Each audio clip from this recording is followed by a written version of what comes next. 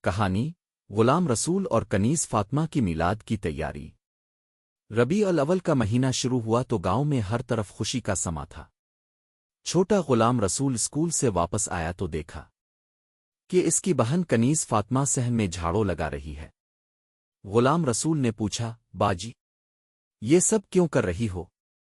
کنیز فاطمہ مسکرا کر بولی، بھائی تمہیں یاد نہیں؟ یہ وہ مہینہ ہے جس میں ہمارے آقا حضرت محمد دنیا میں تشریف لائے تھے۔ ہم ان کے میلاد کی خوشی میں اپنا گھر سجائیں گے۔ یہ سنتے ہی غلام رسول کے چہرے پر خوشی آ گئی۔ وہ دوڑا دوڑا گیا اور کاغذ کے رنگین پرچم بنانے لگا۔ کنیز فاطمہ نے سبز کپڑے سے ایک چھوٹا سا جھنڈا بنایا۔ امی جان نے کچن میں حلوہ تیار کیا تاکہ میلاد کی محفل میں سب کو بانٹ سکیں۔ شام ہوئی تو پورا گھر جگمگا رہا تھا۔ چراغاں کی روشنی، نتوں کی آواز اور درود کی صدائیں گونج رہی تھیں۔ محلے کے بچے بھی آ گئے، سب نے مل کر درود شریف پڑھا اور نعتیں سنیں۔ اسی وقت غلام رسول نے امی سے پوچھا، امی میلاد منانے سے کیا ہوتا ہے؟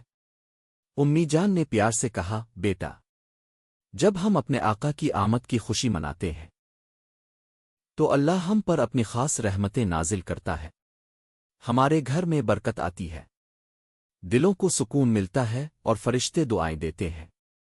غلام رسول اور کنیز فاطمہ خوشی سے کہنے لگے، الحمدللہ، ہم بھی حضور کی میلاد کی خوشی منائیں گے اور ہمیشہ درود شریف پڑھا کریں گے۔ اور اس دن کے بعد وہ دونوں روز درود پاک پڑھتے اور لوگوں کو بھی میلاد کی خوشی میں شریک کرتے۔ پیغام کہانی: میلاد منانا محبت رسول کی علامت ہے۔ گھروں کو سجا کر، نعتیں پڑھ کر اور درود شریف پڑھ کر رحمتیں نازل ہوتی ہے۔ سب سے بڑھ کر میلاد کا اصل مقصد حضور کی سنتوں پر عمل کرنا ہے۔